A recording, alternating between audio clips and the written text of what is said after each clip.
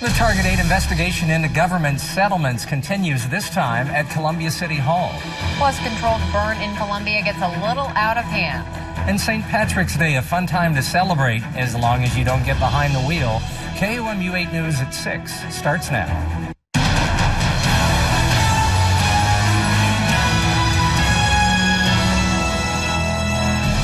Tonight, another installment in our Target 8 investigation into government settlements. Good evening, everyone. I'm Jim Reed. And I'm Brittany Pieper. Our team went out to see just how much state and local governments are spending on lawsuit settlements and where that money's coming from. Last night, we brought you what the state had to say. Now we take a look at the local side of things. KOMU 8's Madeline Odell's live outside Columbia City Hall with how the city handles these settlements.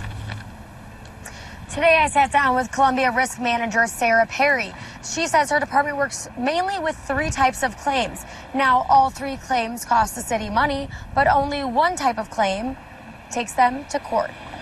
Whether it's workers' compensation, settlements were actually paid out. The city does exceed the amount the claim is insured for, then it has backup insurance to cover these larger claims. That insurance can cover up to $10 million in some cases. Reporting live in Columbia, Madeline Odell, KOMU 8 News. About a dozen fire units responded to a brush fire this afternoon in northern Columbia. Take a look at the footage. You can see the extent of the fire on the property, courtesy of our KOMU 8 drone. According to the Boone County Fire District, the owner of the property was doing a controlled burn of a small pile of wood scraps. He went inside the house briefly, and when he came back out, he noticed the fence line was on fire. The fire spread to about an acre. It did not cause any real property damage. It's just wheat, leaves, and dead grasses and some trees. So overall, no big deal, no big damage. But again, the winds are 5 to 10 miles an hour, and things are very, very dry right now. So people really need to use caution. Once the firefighters were on the scene, they had the fire under control within a matter of minutes.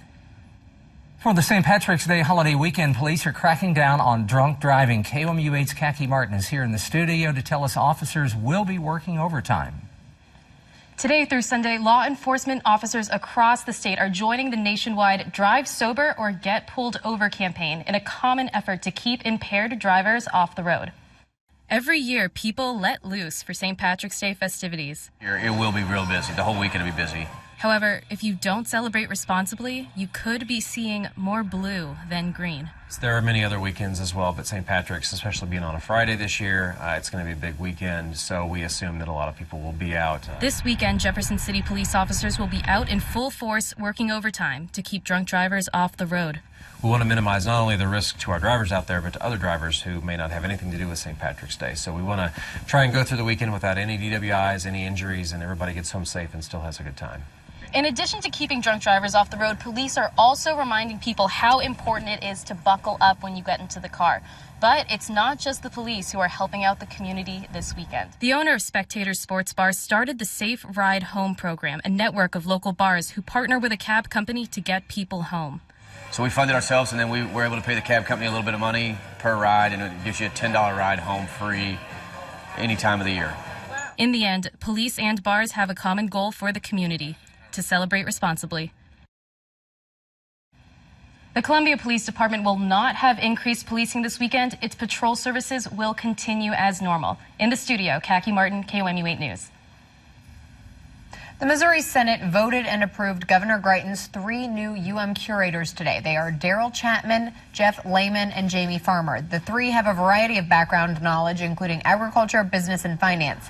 The Committee on Gubernatorial Appointments voted unanimously for the candidates to appear in front of the Senate. Senators say the curators' diversity will better represent students and staff.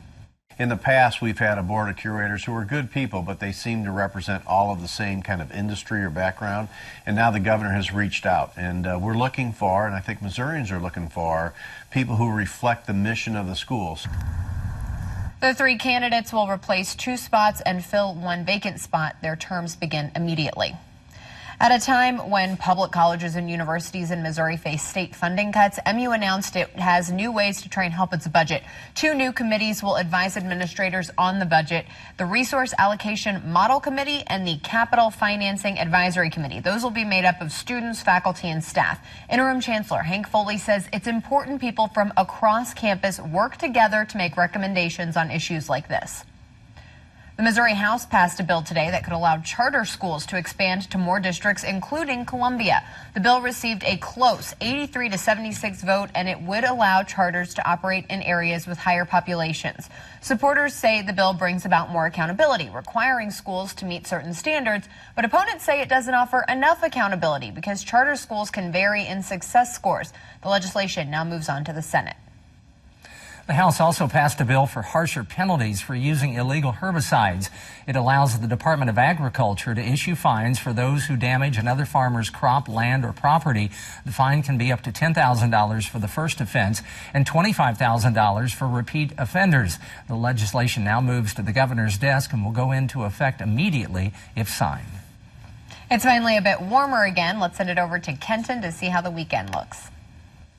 Brittany, thank you very much. It's Thursday, so we're going to start off with our drought monitor, of course, today. You can look at the United States here in the background, but for us here in mid-Missouri, we are getting into a worse drought, but this is still the same as it was a week ago. It hasn't gotten any worse for us in the week, but we're still looking at about a quarter of us still in this severe drought, which is that darker tan. That's a D2, which is a severe drought. We have a moderate drought here in the tan areas for the rest of us in mid-Missouri, so we do need some rainfall. We have slight chances of that here in our 8-day forecast, but besides that, temperatures are warming up. We're starting to head into spring, and winter's last breath is finally over after this morning. We're at 59 right now in Columbia, 62 in Jefferson City, 61 in Boonville. Sedalia, you're at 62 as well. Winds, though, are just a bit breezy.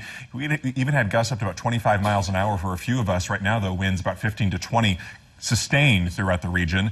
Otherwise, if we look at our temperatures for the rest of our evening, really remaining in the 50s with this cloud cover increasing again. We did see some sunshine here this afternoon. It won't be the case as we head into our morning tomorrow because we actually have chances for some rain overnight tonight into tomorrow morning with sunshine then for tomorrow afternoon again. And then we're at 60 degrees here on Saturday, and we're going to remain seasonal for a lot of this 8-day forecast. I'll track that rain and look ahead to the next 8 days coming up after the break. Later in the newscast, a new charge for the St. Louis man accused of threatening Jewish centers. Plus, a wild sequence of events leaves a baby in a Missouri lake and this woman possibly endangered. Kenton, thanks. Yeah. After the break, an update on the St. Louis man accused of anti-Semitic threats. We'll tell you about his newest charge. Here's what's happening right now. Westbound Business Loop 70 near Hickman High School is closed due to a fire at Ashland Auto Sales. No word on injuries at this time. If you're headed that way, you might want to take a detour. We have a reporter headed that way, and we'll keep you updated when we get any new information. A Kansas City man pleaded guilty to making a threatening phone call to an Overland Park, Kansas synagogue. 41-year-old Brian Watcher admitted today he made a criminal threat last May, which is a felony. Prosecutors did not say what the threat involved, but court documents describe it as a threat to commit violence. The sentencing is May 9th. A former St. Louis journalist accused of threatening Jewish organizations around the country was indicted in New York. Juan Thompson appeared in a St. Louis court. He faces 1 count of cyberstalking. Prosecutors say he harassed an ex-girlfriend. Thompson did not enter a plea. An infant is in the hospital after being found inside a car in a St. Louis area lake on the Illinois side this morning. Shortly before noon, the body was pulled from the lake. Glen Carbon police say this is connected to a house fire that killed one person 16 miles away. Police issued an advisory for the owner of the house, Christy Campbell, describing her as a person of interest and possibly endangered. Authorities have not disclosed information on the body or the condition of the baby. 3 out of 4 isn't bad, and when you're talking about national championships, it's pretty amazing. Jaden Cox begins his journey to championship number 3 next in sports. Here's a look at what we're following for KOMU 8 News at 10. We'll tell you why MU is still excited about its new basketball coach. Plus, Target 8 investigates why Columbia police take 18 minutes to respond to 911 calls. That's coming up at 10 o'clock. Kenton. Meanwhile, temperatures this evening still in the 50s. It's going to be a warm night for us, especially considering where we have been. Remember 2 nights ago, we were in the teens. We're at 47 here at sunrise tomorrow. We're at 62 then midday and 70 in the afternoon. Again, a slight chance for a passing shower or sprinkle here in our morning, but we are much drier and sunny by the afternoon. 60 on Saturday, dry day there. 68 on Sunday with a slight chance for a sprinkle, and even on Monday too when we're at 78.1. That's our time for now. Thanks for joining us. Have a great night.